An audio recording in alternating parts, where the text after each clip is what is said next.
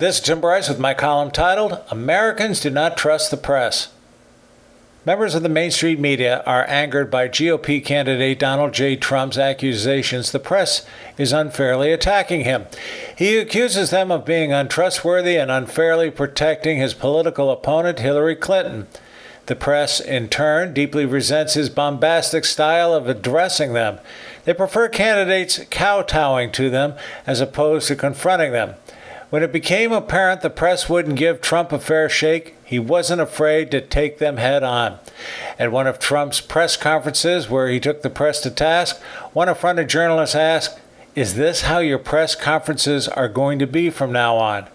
To which Trump answered back defiantly, "Yes."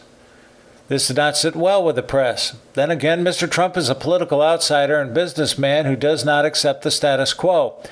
He would likely pull his punches if the press had any credibility with the public, but Trump knows they do not, and there is clear evidence to this effect. Last year in a Gallup poll titled, Americans' Trust in Media Remains at a Historic Low, September 28, 2015, they reported 4 in 10 Americans say they have a great deal or a fair amount of trust and confidence in the mass media to report the news fully, accurately, and fairly. But a whopping 60% said they do not. This ties the historical low set in 2014 and 2012.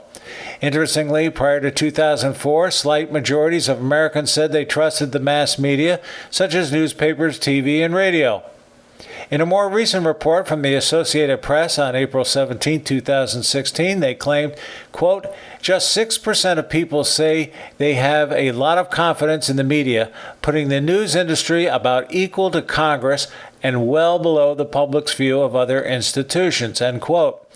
This research was conducted by the Media Insight Project, an initiative of the American Press Institute and the Associated Press NORC Center for Public Affairs Research. The report also states, quote, trust in the news media is being eroded by perceptions of inaccuracy and bias, fueled in part by American skepticism about what they read on social media, end quote. If this is true, it should set off warning alarms in the media that their vocation faces possible extinction. If the public does not trust the press to offer fair and accurate news, they will go elsewhere to find the truth, such as scanning the internet or turning to social media. People may laugh and say, how can anyone trust the news as reported on social media? But if they do not trust the Main Street media, why not?